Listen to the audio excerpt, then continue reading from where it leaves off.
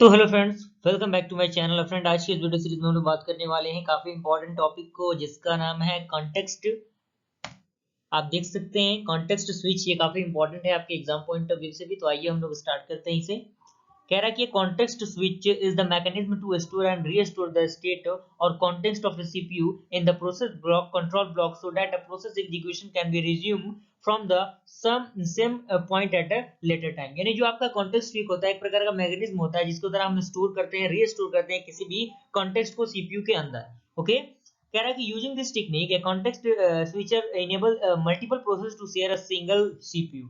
यानी इस टेक्निक की मदद से जो आपका कॉन्टेक्स्ट स्विचर होता है वो इनेबल करता है मल्टीपल प्रोसेस को शेयर करने के लिए एक सिंगल सीपीयू में। उसके बाद कह रहा है कि context switching is an essential part of multitasking operating system feature. यानी जो आपका कॉन्टेक्स्ट स्विचिंग है एक प्रकार का एसेंशियल पार्ट है किसका, आपका मल्टी प्रोग्रामिंग ऑपरेटिंग सिस्टम का काफी इंपॉर्टेंट पार्ट है।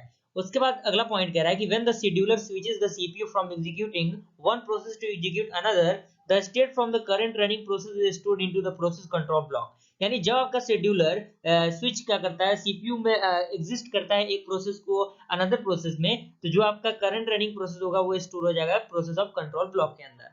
कह रहा है after this the state for the process to run next is loaded from its own PCB and used it to set the PC register etc.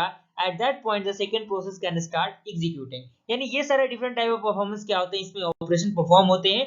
आइए इसके figure diagram को देखते हैं। फिगर आप देख लीजिए, ये आपका प्रोसेस वन है, सेव P1 स्टेट। उसके बाद आपका प्रोसेस टू है, यहाँ पे आपका स्टोर हो गया, यहाँ से एग्जीक्यूट होकर बाहर निकला, फिर यहाँ से अंदर गया, यहाँ से जाके फिर बाहर निकला, फिर यहाँ से अंदर। ये आपका सीपीयू है, ये आपका पूरा फिगर डायग्राम है।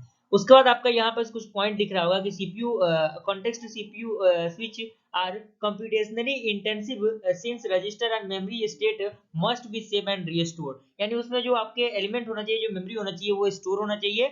To avoid the amount of context switching time, some hardware system employ two or more set of process register.